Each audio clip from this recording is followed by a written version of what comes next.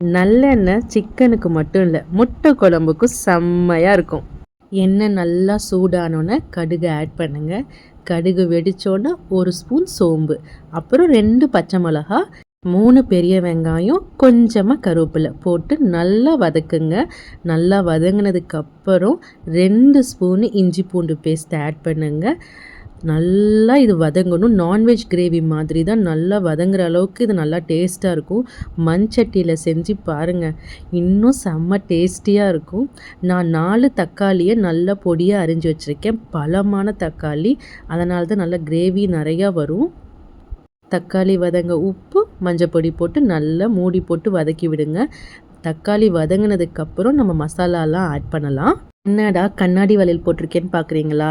ரொம்ப நாளாக ஆசைங்க. இந்த சின்ன குட்டி இருக்கிறனால போட்டுட்டு தூக்க முடியல, அதனால் போட்டிருக்கேன்.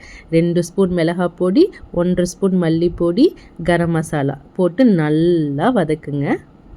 நல்லா வதங்கினதுக்கப்புறம் தண்ணி ஆட் பண்ணி நல்லா கொதிய விடுங்க. ராஸ்மல் எல்லாம் போகணும்.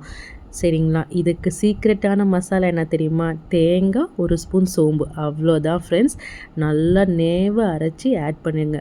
நல்லா கொதிய விடுங்க. இந்த மாதிரி முட்டை குழம்பு சாப்பாட்டுக்கு செஞ்சு சாப்பிட்டு பாருங்கள், செம்மையாக இருக்கும். அப்படியே நான்வெஜ் கிரேவிங் அப்படியே அடங்கும். ஆனாலும் எல்லா நாளும் நான்வெஜ் செய்ய முடியாதுல்ல, எப்போயாச்சும் இந்த மாதிரி செஞ்சு பாருங்கள். முட்டையை உடிச்சு ஊற்றுங்க. இது ஆக்சுவலாக நம்மளுக்கு கீழே முட்டை வெந்துடும். ஸோ அதனால் மூடி போட்டு ஒரு 2 நிமிஷத்துலேயே திருப்பி போட்டுருங்க. மேல் முட்டை ராவாக தான் இருக்கும்.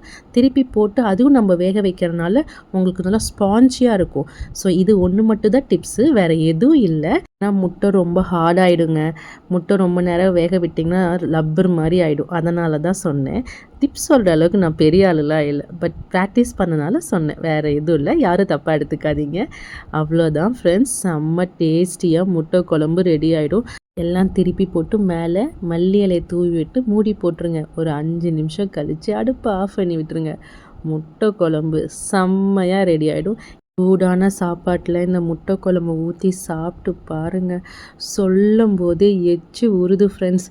நம்ம எப்படி செய்கிறோங்கிறத விட எப்படி சாப்பிட்றோங்கிறது தான் முக்கியம். சரிங்களா? இந்த ரெசிபி உங்களுக்கு பிடிச்சிருந்துச்சுன்னா மறக்காமல் கமெண்ட்டில் சொல்லுங்கள். பாய் பாய் ஃப்ரெண்ட்ஸ். நம்ம எப்பவும் பாசிட்டிவாக யோசிப்போம். மீண்டும் சந்திப்போம். நன்றி, வணக்கம், டாட்டா.